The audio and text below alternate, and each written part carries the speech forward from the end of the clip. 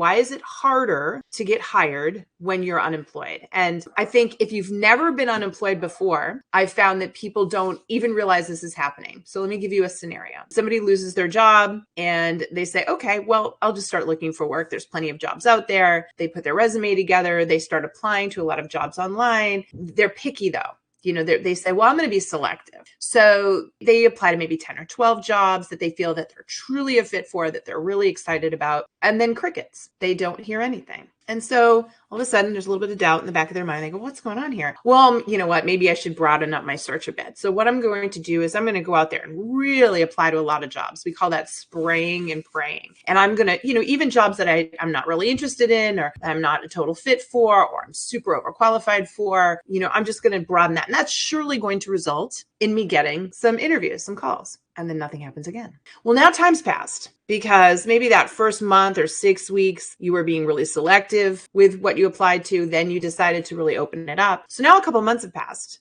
and you've got zero going on. And that is when it really starts to kick in, the what's happening here. And this is usually when people start to look for resources on job search to try to figure out maybe if there's something amiss in their resume or their LinkedIn profile. Hopefully they find our site Work It Daily and all of our free career advice to start. And then they realize, I might be doing some things wrong here. So I'm going to start to do that. But they still don't get results. And now they're really starting to feel depressed. They're starting to feel they're losing their career confidence and they're saying, what's wrong with me? And time has passed. We're now up to 6 months. And this is when the desperation usually starts to kick in because what you're now hit is the tipping point. And what do I mean by the tipping point? So there is this sort of unwritten rule in recruiter mindsets that, if you've been without a job for a month or two, it's no big deal. But the moment you get to 6 months or longer, it's very similar to a house that sits on the market too long. So if you've ever seen a house go up for sale, usually they get snapped right up, but it's those houses that are on the market for 6 months or longer, you tend to figure out, well, there's got to be something wrong there because it would have sold by now. If it was spectacular, it would have sold. There's something there that's going on. There's a headache. I don't want to deal with it. So realtors will tell you the number of people interested in a home really drops off when it's been on the market for longer than 6 months. Same thing happens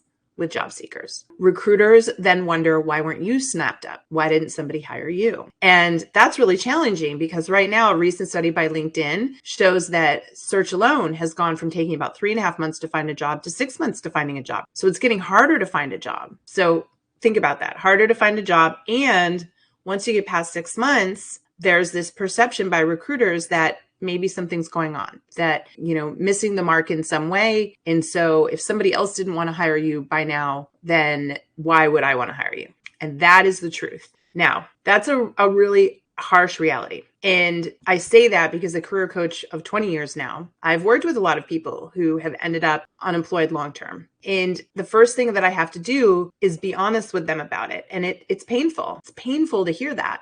To hear, wow, people are seeing it as something wrong with me. Even worse, they're saying, gee, what if I've done something wrong? And so one, I have to tell you the reality because we're up against it. We're up against this preconceived notion, but that's the only way you can overcome it. That's the only way that you can get back in the game and that you can get hired is by hitting it head on. You don't want to try to dodge it.